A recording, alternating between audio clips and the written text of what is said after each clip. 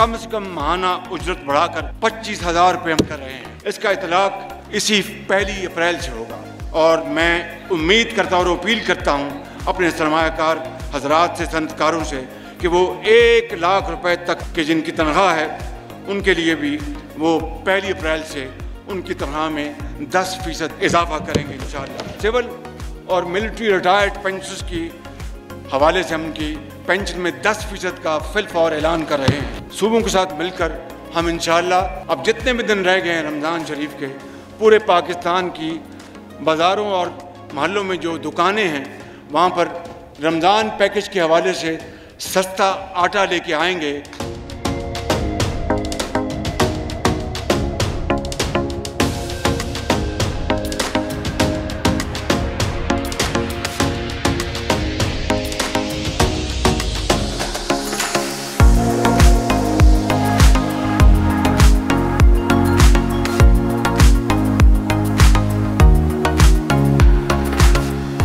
We will make sure, by the grace of God, that we will make Pakistan, through wonderful policies, a paradise for investments. इंशाअल्लाह मेरा ईमान है कि अगर हिम्मत होगी, अल्लाह से हम रहम मांगेंगे और मेहनत करेंगे तो ये पाकिस्तान की हालत ज़रूर बदलेगी।